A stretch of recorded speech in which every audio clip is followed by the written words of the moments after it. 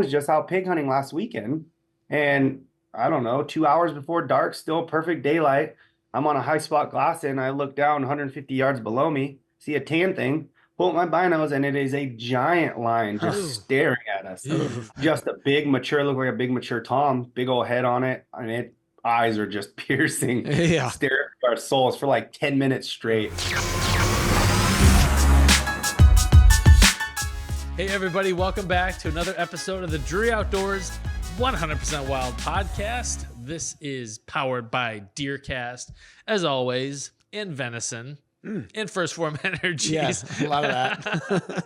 Yep, you're Matt Drury. You're Tim Chelsvik. Yeah, and we have a UFC fighter on. We got a stud on. It's not just anybody. Yeah. So introduce our guest here, Tim. Chad Mendes is a 3-time UFC featherweight division challenger. He's the owner of Fins and Feathers Guides and co-founder of The Provider Life and is host on The Provider TV. And he had to suffer through your company at a recent loophole event. We'll dig into that in a minute. What's up, Chad? What's up, fellas? Thanks for having me on. How you guys doing? We're doing good. We appreciate you jumping on. So Tim kind of alluded to it. So recently, a couple weeks ago, you and I had the pleasure of being invited alongside some of the other Leopold crew out to Oregon to their shooter academy. And it was freaking awesome, wasn't it? Oh, dude, that was so much fun. I mean, that's the first time I've ever done any of those. I'm more of an archery guy. I relate it to like a total archery challenge. That's the first time I've ever done that type of setup, but with rifles. Man, I'm hooked. I kind of want to go do maybe one of these competitions that they're talking about. It's so much fun. I got my butt kicked probably the first half of it because, as you know, it's 4 minutes. You got to try to find the targets. Some of them range from, I think the closest one maybe was like 120 or something, that freehand one, all the way out to 1,000, plus. So you're trying to find these things, range them, mark down ranges, get set up, however you think you can kill them or hit them, and then make the shot all in 4 minutes. So it was a butt kicker, but man, that was fun. So the very first one we did, the 4 minutes. So I was in a group. We were separated in different groups, and so he was with Taylor. Actually, Chad was with Taylor and Jess Byers, and I was with Greg Ritz and Justin Adams, and there was another group. And so Greg went first, and my round, Greg went first, and I was like, he came back, and I was the third one. So I was like, so any advice, when I get up there? He's like, just don't rush yourself, take your time. So I went up there and I took my time, and I'm setting up. I range, I set up, and having a sandwich. The guy goes, 4 minutes is up, and I hadn't made a shot. I was like, God damn it. All right, so I'm gonna have to have some urgency here. It was pretty funny. You let me shoot anyways, but so the kind of the whole principle of the week was they brought us out to this this land that they have leased out in Oregon. And it was a big area where they have all these targets. They have shooting ranges. You can shoot out to a mile. I think they said you could shoot out to a mile. We didn't do, well, I didn't do that. I don't know if you did. But the first day was kind of all about education, kind of teaching us up on, the optics and the scopes and how they make them and all that stuff. And then we had to actually set up our scopes, mount the scopes, zero them in, sight them in, all that good stuff. And then they were kind of teaching us some shooting practices. But I found that part just as interesting because those guys that they had teaching the courses were unbelievable, like experts in their field. I mean, absolutely. What do you think of that section? Dude, I thought that was cool. Just as much as you did. I that was one of the first times I'd ever gone from start to finish with taking a scope, mounting it, sighting it in, adjusting all the turret system on it and get everything perfect to where you would use it out to, like you said, a mile, which I didn't shoot that far. I thought about it a couple times, but I think I was trying out to the 1500 and that wind was ripping. I think at 1,000 we were holding what was it? 10 or 11. Yeah, that's right. Minutes over. And it was still all over the place. So I didn't really even want to waste the ammo on it, but man, it was fun. That was the first time that I'd ever done that from start to finish. And you're right. Those guys that were there doing it were the top probably top of the class. I'm hoping that's the case because I'm I'm believing everything they said. But man, that was fun. It was cool getting to see everybody else do it too. You know, Taylor was out there. She was smoking stuff out too. I think she was hitting 1,000, didn't she? Yeah. She's always been an incredible shot. She always has been. And so it was cool to kind of see everybody, like it was all kind of walks of life, you know, guys from the fishing industry and, you know, it was really anything and everything. And country music singers. Yeah. Country music. So that was what was interesting to me is it didn't matter what your level was, your proficiency level, you came into it and they got us all taught up really quickly. Yeah. I was shooting with a Winchester XPR, so a deer gun. Sure. I was hitting out to 1,200 on that last day where we did the course. I hit out to 1,200 with it. And it's 1,200 yards. Yeah, not because thank you, Tim. But it's not because I'm a great shot. It was just they get you so dialed in, and the CDS dials. Leupold, for those that have not shot at Leupold, they have a custom dial system. They've had it for a few years, but I used it when I went out to elk hunt with Leupold out in Utah a couple years back. But in the Midwest, I just haven't used it a ton because usually for filming purposes, we're shooting like 100 yards and in. Yeah. But in that instance, like going out there and really seeing why you would need the system, like they dial in the ballistics it's your ballistics for the exact gun and ammo that you're using at the elevation that you're hunting or shooting at. And once you give that to them, they create a custom dial where you zero it in at 100. So it's like, 1 is 100, 2 is 200, 3 is 300, all the way up to like mine went to number 11, I think. I don't know how far your gun went to on your dial, but yep. Yeah. So for like 1,200, I just had to hold a little bit, you know, past where I could go on the dial, but it was unbelievable. Like I thought about like all those guys that were teaching us, they were doing the math. They were doing the math. Like they knew how to do all that. I don't know. They could have taught us that part. Yeah, no, I've sat through one other course where they're teaching you all the math stuff. And I'm like, somebody just please show me on the rifle. Cause none of this is going to stick. Remember, I get punched in the head for a living. Like none of that stuff's going to stay in my brain, especially if I have a big buck or a big bull elk standing in front of me. So no, man, the Leupold has definitely changed the game with the dial system. And yeah, it makes it a no-brainer getting that stuff dialed in, turning it to whatever yardage you needed to, and sitting there holding tight and squeezing. So yeah, I like their setups a lot. So I guess my celebrity adjacent status wasn't enough to get me an invite. No, I think somebody canceled and that's why I got invited. It was like a week before. They're like, hey, we're doing this event. Can you come? I'm like, yes. I don't even care that I know someone else. Probably Eva Shockey couldn't go. They've got your name like written into a name tag. I don't give a shit. I'm in. So I'm curious, Chad and Matt, like what was your biggest takeaway? Like what was your biggest aha from that exposure? Go ahead, Chad. Yeah, I think for me, it was a mix of a couple of things. Like, I think that, like I said, building and setting up the rifle from start to finish is something that's going to stick with me. And now I feel like I have the confidence to be able to do that on any of my own stuff. Usually I work with Gunworks and they do a lot of the stuff. I'll have Leupold send the scope over there. They'll do the custom dial Leupold and send it over, and those guys get it all set up. But now I feel like I could do that myself with any of my own rifles. I guess I didn't realize how easy it is.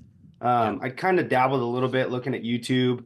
Again, it's just like, how do you know it's a credible source? Like being at this academy and like understanding, okay, these guys do this for a living and know what the hell they're talking about. Like it's something you can trust in and believe in.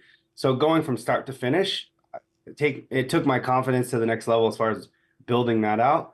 But then also just how fun those competitions can be. Yeah. Like I said, I really want to dabble a little bit and just see how that goes. Going back to what we talked about, you sitting there on that first hole and it took forever. I was the opposite. I took off sprinting, was like going too fast, ended up tripping, falling, and cutting my knee on a big ass rock. And I was like, all right, I need to slow it down just a little bit. So, but yeah, all in all, I think just those two things were my biggest takeaway. It would be funny if Chad just started crying real real bad if he could have like, oh my boo Yeah, boo. luckily for me though, nobody saw because they were supposed to be hiding around the corner. So I was like all embarrassed, and I came over. Did you guys see that? And they're like, "No, what?" And I was like, "Nothing, Nothing happened. nothing at all." So I think my biggest takeaway, like growing up, I don't think I ever had any proper instruction as a whitetail hunter in the Midwest, turkey whitetail.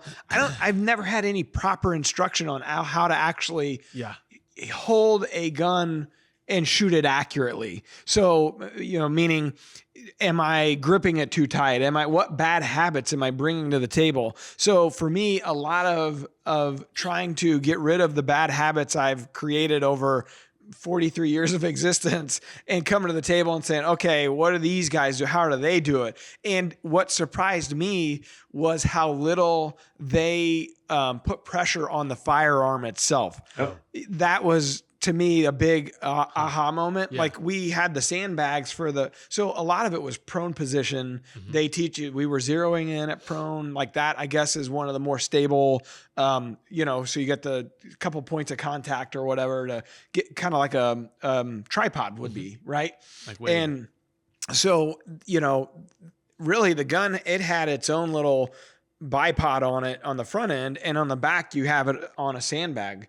And so they weren't even holding the gun with their left hands. You know what I mean? They were just barely they had the way they held it with their thumbs over the stock was much different than how I always gripped a gun and I'd grip it up in the front, and you really didn't need that. And so just kind of, they were taking the sandbag, and now these are long distance shots, but they would squeeze it to raise it or lower, let the sand, touching the gun. They're not touching the gun with their left hand. They're like changing.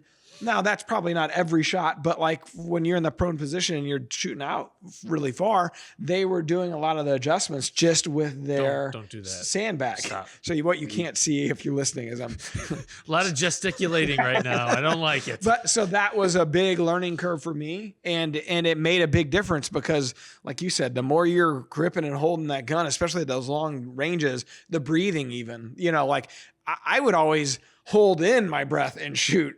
They're like, no, breathe in and exhale. And when you've exhaled, you got a couple seconds to pull the trigger, where you're steady. Those were habits that I had all wrong. I don't know about you.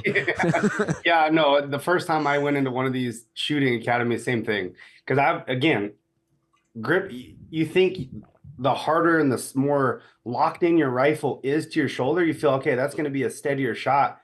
But you got to relate it, in my mind, to archery hunting. Like anytime there's pressure on your grip in a certain way, can throw it left or right a little bit. Yeah. If your pressure with your release is tweaking a little bit too hard one way or the other, is going to throw things off. And so once someone started explaining all that, I'm like, okay, that makes sense. I guess I just didn't realize it mattered that much with a bullet, but it really does. And it's also crazy to see how much wind affects. Like you wouldn't think, 500-600 yards. Like I know that's a far shot, but I'm thinking like 1,200-1,500 yards.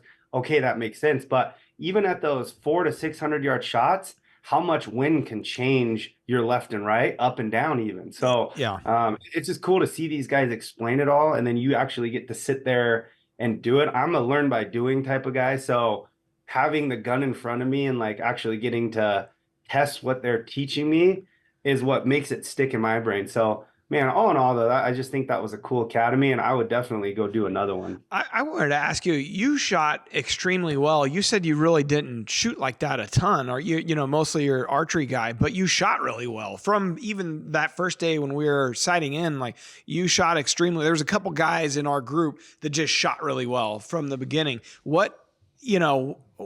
I guess, what was in your previous, in your background, why is it that you had that skill set or kind of naturally come to you, or what kind of practice have you done in the past? You, first of all. Yeah. Thank you. I don't know. I have done, like I said, one of the other Gunworks academies before. So getting to sit there at the range and just putting tons of ammo that's not my own target is nice. But man, I don't know, maybe just growing up here, I'm from Central California, growing up. We have some big like backcountry style hunts here. up in the Sierras and stuff where you're having to take those 5, 6, 700 yard shots. Sometimes there's no other way. And then even just most of my stuff's here on the western side of the United States. So it's a lot of big wide open stuff. So I don't know. I think maybe just being put in those positions in the hunting during the hunting times, I guess, or doing that Gunworks Academy, just kind of learning a little bit of things like the hand positioning and stuff like that. Like I had already known that from that first course. But going into that first one, I had no idea. And I was doing the same thing. I was just wrapping my thumb completely around the stock and squeezing and jamming that thing into my shoulder as hard as I could. So maybe that just kind of helped a little bit. But yeah, I don't know. I enjoy shooting. I enjoy shooting longer distances. But man, don't get me wrong, I've missed a lot of stuff in my time. I think about my buddy Jake, who enlisted in the Army back in like 2000 or something, and he told me in basic training, when they went to the rifle range, the range master said like, "Okay, where are all my hunters at? Raise your hand." He's like, "You are going to be my problem. You are going to be the ones that have developed the bad habits and just don't know, and I'm going to have to break you of all those things." And until you do something with professionals, you don't know what you don't know. And it kind of makes sense. Like you're obviously a mentor of some sort is teaching you how to shoot when you learn as a kid to shoot the gun. But I don't know that they knew the right way to shoot. So yeah, I think. No, and I also think just over time, like things have changed. Like I should have asked the guys at that first academy that I went to, like how long ago did we figure out another thing we haven't touched on is body positioning when you're prone. Like I've always wanted to kind of tee off a little bit. Like I always feel more comfortable when I'm not completely parallel behind the gun. Yeah. But they're saying you need to stay parallel, which makes sense because when you shoot, all that recoil goes into your entire body and back. So it's just the back and forward. Where if I'm kind of teed off, it makes the gun jump when I shoot. So that follow-up shot, say you miss, and you're like, okay, your spotter's like an inch high, to try to jack a new shell in and refine that thing might be enough that animal's out of there and you don't get a follow-up shot. So they're saying staying parallel so that the recoil is absorbed by your body and it's put right back in the same spot.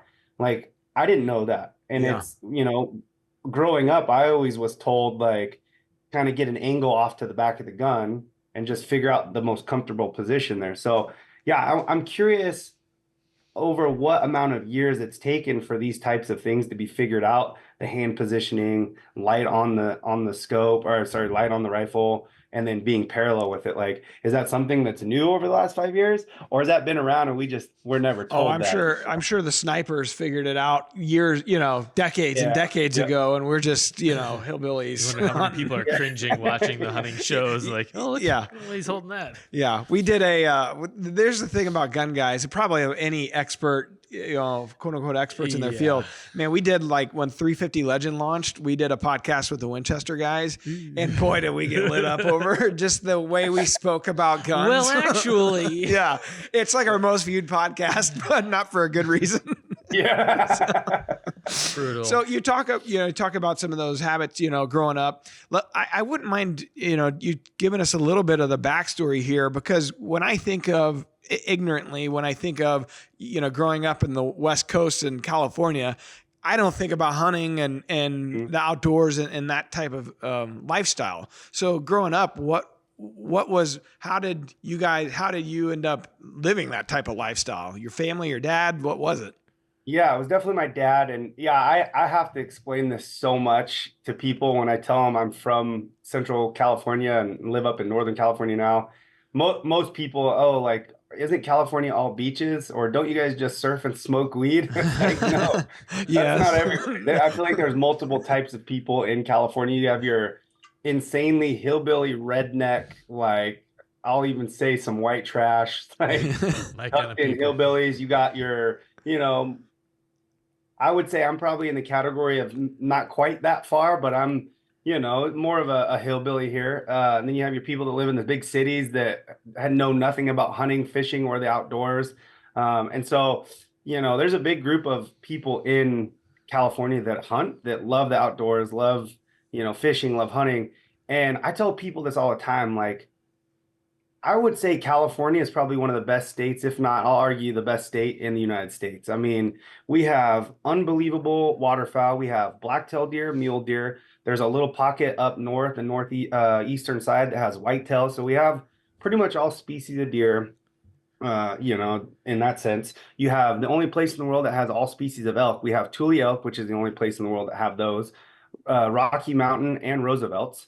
We have unbelievable turkey hunting. Like I can go out in my backyard and kill turkeys in my backyard. We have them all over the cities. I wish they'd start doing programs to net and move them out because my buddy's a postman and he sends me videos just down the hill from me, 4 or 5 toms chasing his mail truck. And he's like, dude, get out of here. And there's turkeys all over the place. We have unbelievable world-class sheep hunting down in Southern California. What am I missing? We have tons of bears. Can't kill mountain lions, but we have tons of those. The predator stuff is next level here. Wild pigs, we got a ton of wild pigs.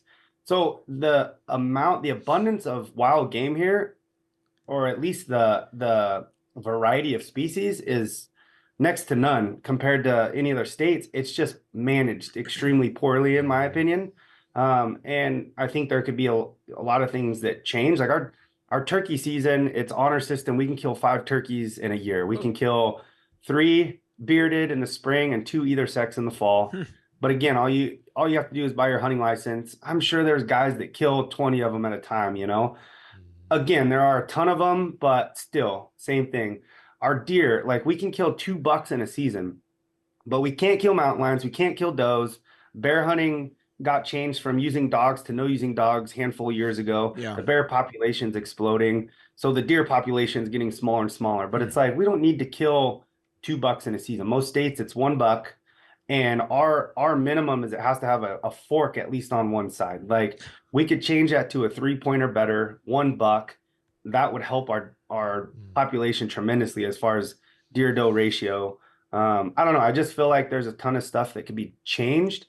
There's just a lot of policies and rules that get made here in California over emotions versus science. Yeah. And it's just causing things to kind of go to hell. But outside of that, man, like growing up, I used to go with my pops throughout deer hunting season like that. Those are my best memories as a kid, like packing up for the weekend and running up 2 hours up into the mountains and chasing blacktail and mule deer through the woods, following behind him. Like I started probably when I was 5 or 6 years old, just following behind my pops, walking quietly through the woods. And, I got my first deer when I was, I think 12 years old. No, I think it was 14. I started hunting when I was 12. Didn't get one for the first 2 years. And I arrowed my first buck. That was the first deer I ever killed. I got it with a bow. In that same area that I grew up hunting with him, following behind him, and killed a handful up there up until me leaving for college. And then the wild pig stuff kind of blew up and we jumped into all the wild pig hunting. Then I moved up to Sacramento for the fight game after college and fell in love with turkey hunting. All the big fishing stuff here. We got stripers that come up our river, a big salmon run that comes up the river. I'm trying to think. Oh, and then all the tuna stuff down out of San Diego. So we go down there for fins and feathers and we do a handful of tuna trips each year. So the big bluefin, we'll get yellowfin sometimes, yellowtail. That's a damn good time also. So yeah, man, it's something I've been surrounded by my entire life, even though I still live here in California. Right after college is when I started doing a lot of out-of-state stuff. We go to Utah a lot, Arizona, New Mexico, Nevada, Oregon, Washington, and just try to get out and experience, different terrains and different hunting stuff. But for anybody that is interested, I do have a YouTube channel where I typically self-film all my hunts. I have some really cool backcountry stuff here in California that, we killed some nice mule deer, me and a buddy of mine packing in on horses and out. And cool. Most people wouldn't even think that would be California. Most people look at that and go, oh, that's Nevada or Utah or something. And then when they hear it's California, they're like, holy hell, I didn't even realize California looked like that anywhere. And it's just huge, mountainous, thick timbered, granite, big country. Lots of bears, lots of deer. But yeah, if anyone wants to check that out, see what it's truly like here in California, go over to my YouTube. I do a lot of stuff here, film it, edit it, and get it up. So That's pretty awesome. You really don't think about that, that state when you think about hunting, or at least the Midwestern guy probably doesn't. Yeah. I a don't lot know. of people don't. It's one of those things where you just feel like it's a state where there's probably too many rules and regulations to do any hunting is what I think, ignorantly think about. But do you feel like, Fortunately, I feel like it's probably getting there. yeah, with the bear population kind of exploding and even like the big cats and you guys are going to have some real issues there with human interaction, you would think at some point, Well, it's happening. Did you just see a kid got killed here and just outside of Sacramento, 2 young boys. Oh, I did see in their that. teens or young 20s they're out shed hunting midday. I did see that.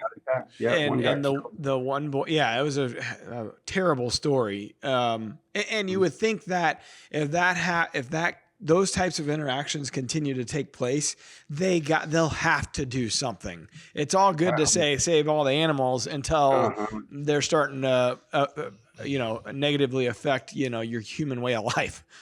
Unfortunately, like that Southern California, LA, there's a lot of people that get attacked. There's been people that have been killed by mountain lions down there. It's been happening for a long time. I don't know when enough is enough, and I think the thing that's happened the last 3 years. So I'm a volunteer for the county trap rep here in Northern California. My good friend is one of the head trappers. So I usually go and help him and do ride-alongs and anytime he needs work. But about 3 years ago, Newsom banned or passed a bill that basically makes it extremely difficult for trappers now to even kill problem lions. So if you get a mountain lion that comes in and kills livestock, like it used to be, okay, you can set up on that right away, and if you trap that lion coming back to eat the kill, you can put it down and get rid of it. Well, now it's like, I think it's a 2 or 3 strike process. Like the cat has to come back and kill multiple times, which typically lions don't do that. They'll kill something they'll usually come back usually within the first few hours that night. And then the longer it goes, the chances of that thing coming back and feeding on that are slim. And it's very rare that they come in and just keep killing day after day after day. They'll usually kill something out of a livestock, go off to somebody else's and kill there, and just bounce around. They're very nomadic, but they're just going to continue doing it, just other people's stuff, But yeah, they make it very difficult now for problem lions to get killed. They'll issue hazing permits, things that they're not realistic as far as getting rid of the problem. And these mountain lion, I mean, obviously there's no natural predator. They're just going to continue to keep reproducing, growing. I mean, I have a buddy that lives maybe 1.5 miles down the road from my house. Every October he runs trail camera on his 20 acres and all his deer disappear, and he'll get trail cam photos on video of 5-6 lions all moving together. Oof. And it happens every single year. And I don't know if it's breeding time or I don't know what causes that time of year for that group to show up or those groups. And another thing too, I was just out pig hunting last weekend and I don't know, 2 hours before dark, still perfect daylight. I'm on a high spot glass and I look down 150 yards below me, see a tan thing, pull up my binos, and it is a giant lion just staring at us. I'm going to post it today on my Instagram. I'm going to put together a reel, but just look like a big mature tom, big old head on it. And eyes are just piercing, staring at our souls for like 10 minutes straight. Creepy. And, but yeah, man, if you're seeing mountain lions in the daylight and having them come in, I mean, right over the hill for me, they killed their sheep, they killed the donkey. Up over the other hill just the other day, they killed 4 alpacas. Down the road, they killed somebody's calf. Like it's a big problem right now. Yeah. And it's just going to continue to get worse and worse unless something happens. And I'm honestly terrified that there's too much emotion involved and Mhm. nothing's going to change. And it's just going to continue to get worse and worse. Unfortunately, in that kind of area, you feel like the only thing that would help change is if something bad would happen, which you obviously don't want, but something bad would happen to somebody with significant, stature, celebrity or something, ridiculous, or because you're talking about like those two young men, they were 18, like they were young men, it's just like, what, okay. Like, what's got to happen for the government to figure it out? So, I mean, where I don't have a whole lot of problems with mountain lions. I personally have a lot of problems with cougars. You gotta ignore him sometimes. I don't. Is that a dad joke? I don't even have any. He's got plenty of dad bait jokes or anything, but he's got so many dad jokes. I had to add this soundboard. I don't think so, Tim. Dad joke means sophisticated, right? Yeah, something like that. My favorite kind. Jed, you mentioned fins and feathers and taking people out for fishing trips. Maybe talk a little bit about what you're doing with that venture. Yeah, so Fins and Feathers is a business me and a buddy of mine started back in 2015. So it was kind of like towards the end of my career, I started, realizing, okay, once I'm done fighting, which I can't do this forever, like money stops. Like we don't get a retirement through there. Like we can start our own stuff on the outside, but once you're done fighting, money stops coming in. So I'm like, what can I do to kind of build something in the outdoor industry, doing something I absolutely love? Like hunting and fishing is my ultimate passion. The fighting kind of always came second. A lot of my teammates would tease and say, you fight so that you can afford your hunts. And I'm like, well, yeah, pretty much. What's your point? But what can I do in the industry that basically allows me to hunt, fish, travel, and hang out with people that are like-minded, that love hunting, fishing, and share the same interests? And so we started thinking and kind of came up with what Fins and Feathers is. It's we call it like a celebrity outdoor service. It's basically a booking agency. We team up with outfitters all over the world. We've gone to Mexico, New Zealand, stuff all over the United States. And what we do is we team up with them. They have a operation already up and running. Say it's a mule deer hunt. Basically, we book clientele. We'll grab a block of dates. So say it's a week long. We want this week. Dan Henderson is going to come hunt with the clients during that time. So he'll have a tag. He goes and, stays in camp. They all stay at the same lodge. They all go out, hunt, come back, tell stories. Like, as you guys know, there's no camaraderie or getting to know somebody like a hunting camp. Like you go out, you do your thing in the field, and you come back, whether you're sitting on a campfire, sipping on some beers and just going over what happened throughout the day and telling stories and, the what ifs and, looking forward to this type stuff. You build that bond with people that you can't get anywhere else. It's like I can go to a meet and greet, see Dan Henderson, shake his hand, maybe get an autograph, take a picture, and then see ya. And it's like, that's it, and some guys pay stupid money to go do that, I don't get it, but, to each their own. But I'm like, what could we do that allows people to go hunt, fish, and go do something that they would already book to go do, but make it this kind of unique new experience to where they could do it alongside these people that they watch, in the ring or on a ball field or, whatever, rodeo guys or country singers, whatever it may be. Like, what could we do? And so we kind of built this business model and had zero idea how it was going to go. Like, I didn't know if people were going to give us the middle finger, like, you're out of your mind, So we launched it. We built out our first schedule right there at the end of 2015. We launched it right at January of 2016 and sold out everything we offered. And I was like, holy shit, this is awesome. So I got to travel around and do these hunts with people, obviously make money doing it. I feel like I found a cheat code to life here. I almost feel guilty sometimes because I'm like, dude, this is so much damn fun. I'm getting to go hunt a big mule deer with all these people that are cool as hell. Like, thank God I haven't had any weirdos or anybody strange that's booked. I've actually become really good friends with a lot of the people that have booked with us over the year, like on texting terms. And we'll sometimes even go book our own like private hunts together and do stuff. Like, it's awesome being able to meet and network with all these people that share the same passion, and then getting to make money doing it. It's been unbelievable. I never thought, we would get to where we are now. Like we've done that since 2016 was our first full year, and basically just continue to add trips, and grow to where we are now. And I mean, we're typically selling out now. It's mostly all return clients.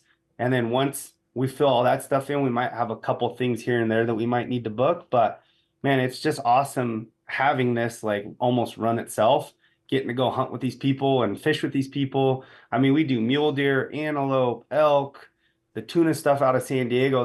Those are probably some of my funnest trip or my favorite trips. Like we charter the whole boat. Right now we use a Shogun. We've used the Red Rooster 3 out of San Diego, the XL. But these, I mean, they're 100 to 120 foot boats. They got bedrooms down below, a full galley with a kitchen. Nice. And they got like, the cooks and the deckhands will come and serve you like waiters. You sit down. The food is top notch, doing like fresh sashimi and poke bowls during the day from stuff that we've caught. The dinners they're doing, steaks. And another cool thing we're going to do is I work with Traeger grills. So this year we're getting one of the grills mounted on the top of the boat because there's a second level. Nice. And Chad Ward's going to come out and we're going to do briskets. And if we catch some tuna, we're going to, do a bunch of cool stuff. Yeah, we got Hogue Knives sponsoring the boat too. So they're coming out with some really cool stuff. I don't know if I can talk about it just yet, but we're launching some stuff June 26th. So very soon, but we're going to do a bunch of their knives with hopefully catching tuna, chopping and slicing and doing stuff on the Traeger. And I think it's going to be a fun trip, but that's going to be a little twist to what we've done in the past. But man, all in all, they're just a good time. We can load them up. I usually get like 24 to 7 clients on each boat. Maybe there's a little bit too much tequila from time to time, maybe not, but yeah, it's a good time, man. When I looked at the website, I was surprised, like that trip that you're talking about specifically, it didn't even to me seem like it was that expensive in the scheme of what you were doing. And now that you talk about what you're doing, it really doesn't seem that bad. Yeah. And that's the thing, man. We wanted to appeal to everybody. Like there's teenage guys that are big fight fans and girls, like big fight fans that just don't have a ton of money yet. And this is like a bucket list thing for them. Yeah. And if it's something they could work for to be able to afford to come do, even if it was just the one time, like I want those people to come be a part of this. I want, if that means me just making a little bit less money, so be it. Like we're still making money. Like it covers all our costs and it's a damn good time. Plus it's great content for me running my YouTube, doing all the stuff with other sponsors and stuff like that. So everything kind of ties in and everything works out for me. So yeah, man, we try to keep the prices very, very close to what these outfitters would normally charge per person. Obviously, we have to upcharge a little bit. Sure. We typically work out some type of deal with these outfitters too, where they'll come down in their price selling them to us. If it's something that we're going to rebook for years to come with big groups of people each time, plus they get a bunch of social media marketing, everybody posting and talking about it. And it just brings way more business outside of our trips as well. So it makes sense for everybody. But yeah, man, we definitely aren't trying to gouge. And again, it's something I want everybody to be able to get out and do because it's a fun time.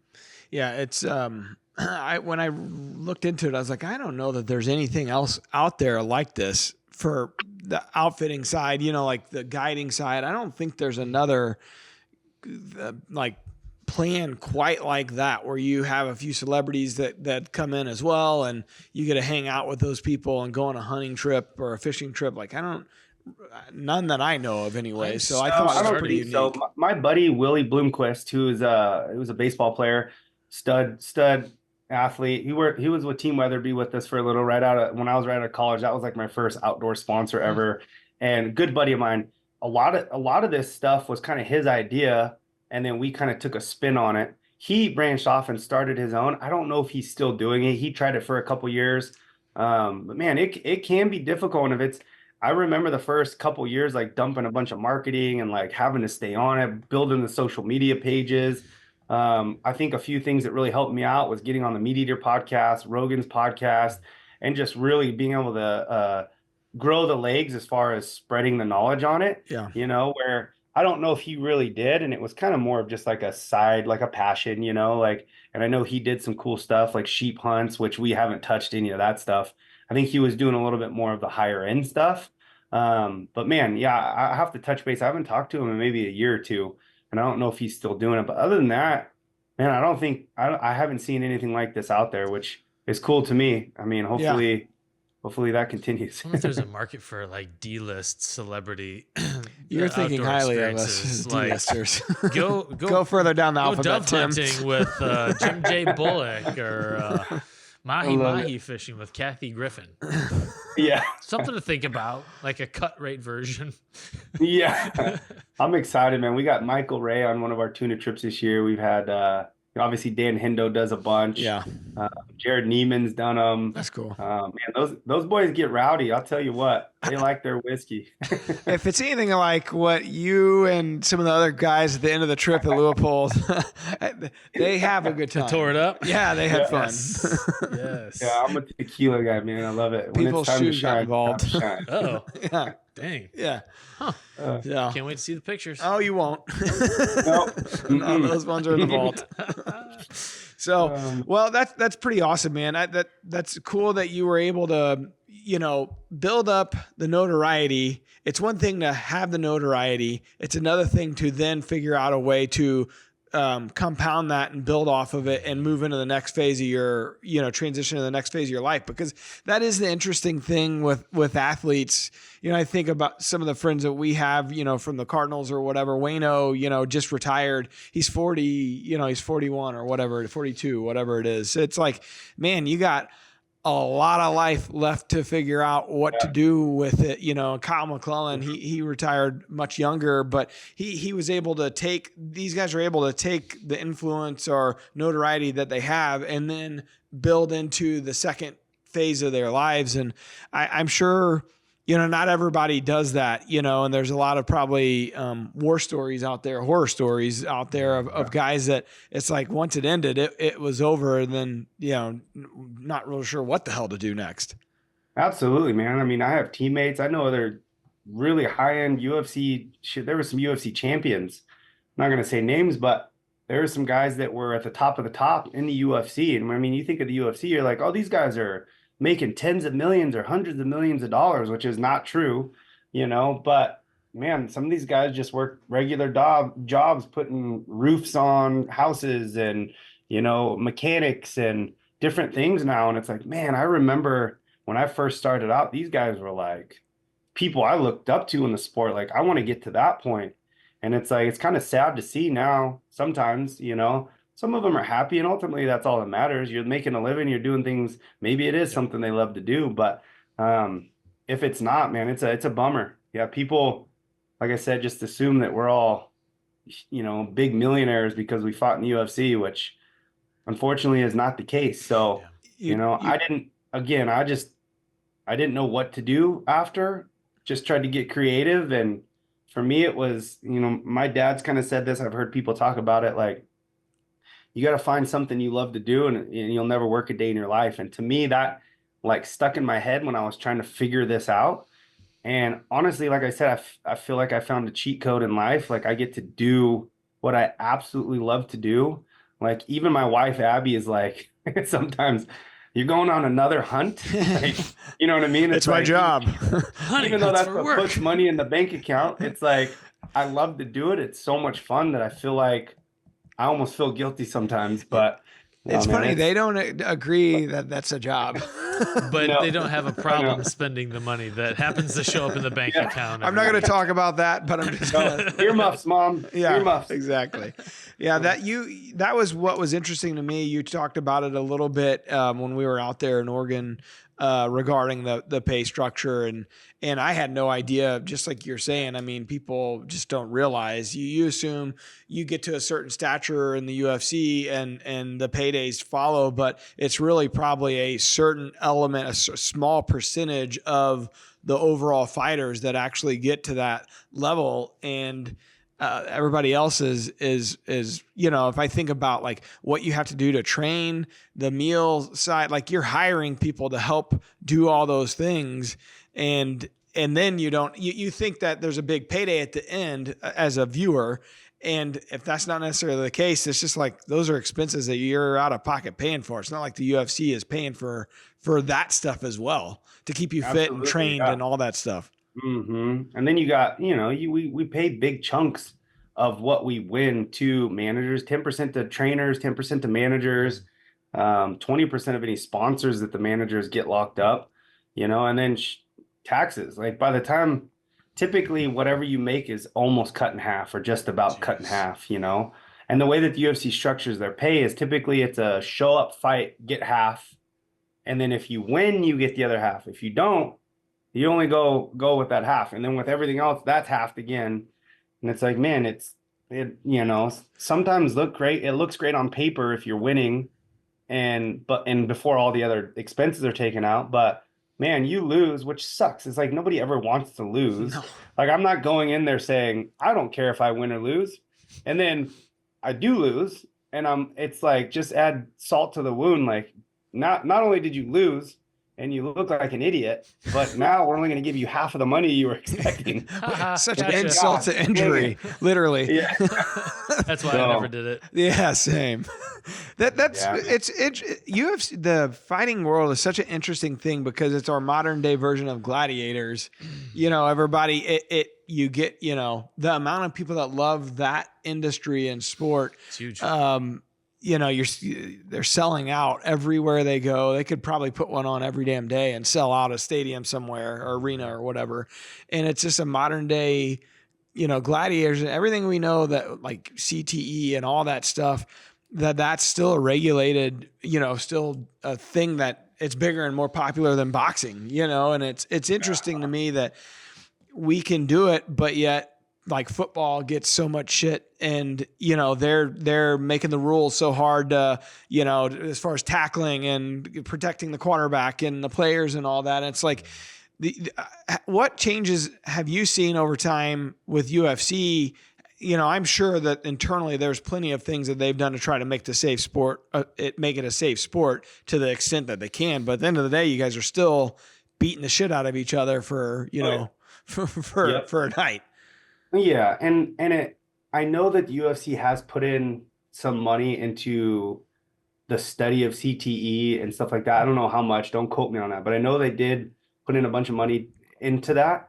And I think really the only defend MMA versus football. Like football, it's so repetitive for so many years of the exact same thing, like boom, head hit, boom, head hit, boom, head hit. Where MMA and boxing, like in that 10 minutes, well, it depends what you're, could be 25 minutes, but you're getting hit a lot, but you're not a lot of the times not getting like that concussed hit, I'm not saying any hit to the head is good, but I feel like a lot of the times in football, and again, I never played football. I'm just going off of what buddies have told me that like almost every single play they would get like rocked where it would be like a quick flash knockout, and then you're kind of like heads ringing, and then you're playing again. It's like, dude, that's not good. No, it's not good at all. And in a fight game, it's rare that you get hit and you feel that blah, like we're just ringing, tagged. Which I think that's the dangerous stuff. It does happen, but it's not every single hit.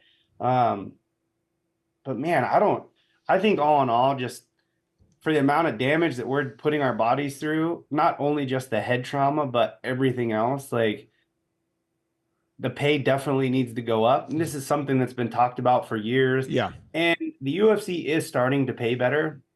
Like I retired in 18. When I was done in 18, it was still shit. Like it was not good. It's gotten a lot better. And hopefully it continues to get better.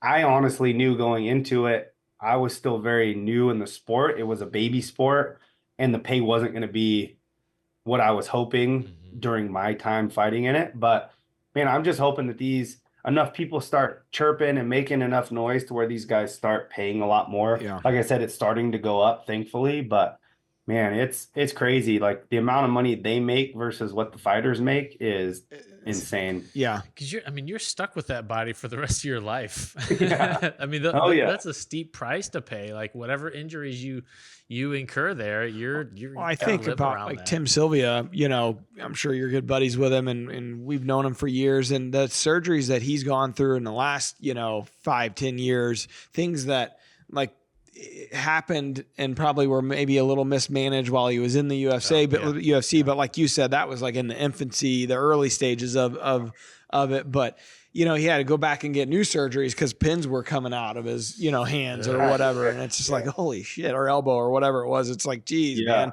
And he has no, you know, he didn't have the insurance. He wasn't making the big paydays. It's just, it's an interesting, Sad. it's just interesting to look at it in that perspective.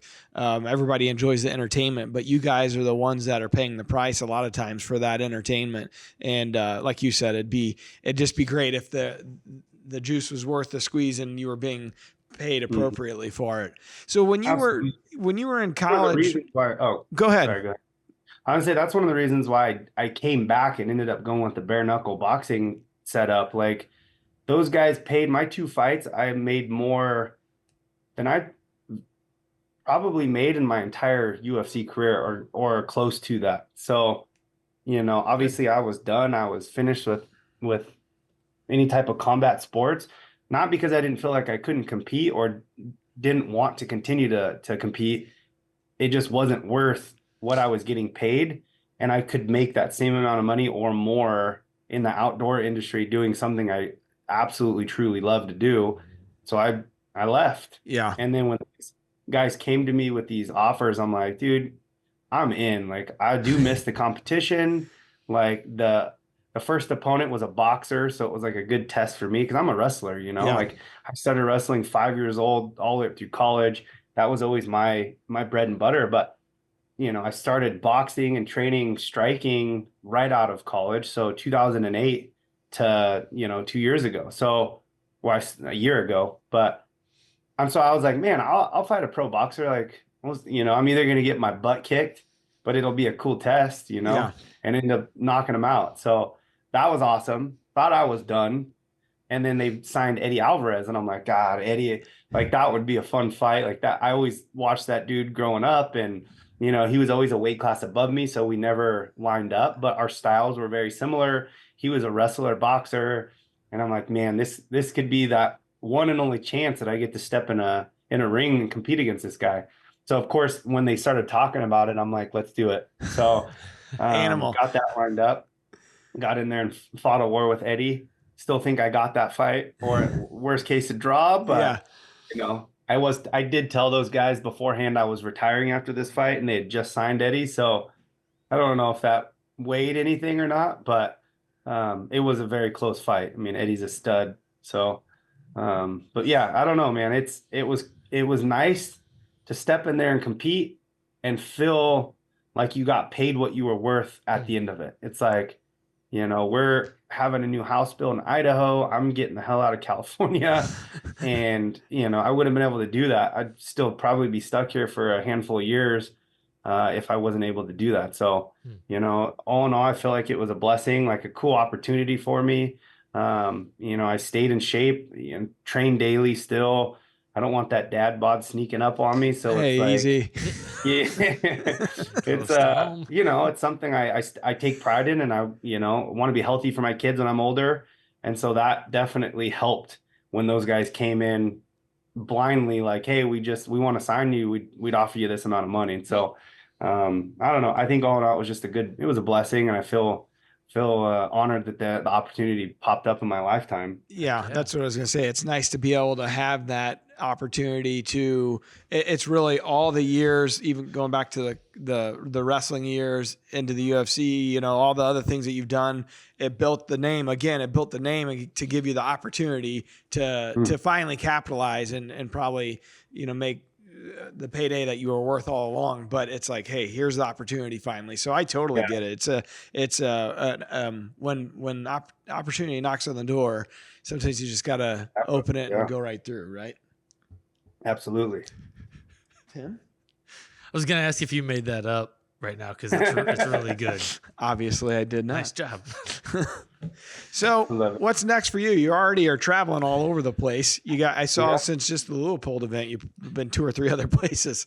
Yeah, dude, it's nonstop. So we have our house listed here in California right now. So I got 2 little girls, so a 5-year-old and a 2.5-year-old. Oof. So we're trying to travel as much as we can, and to keep them out of the house from wrecking it while it's in show condition, so people are coming to look at it. But yeah, we have a cabin out in Utah. We went out there for 5 or 6 days and fished and got out and got up in the mountains, which was unbelievable. Cool.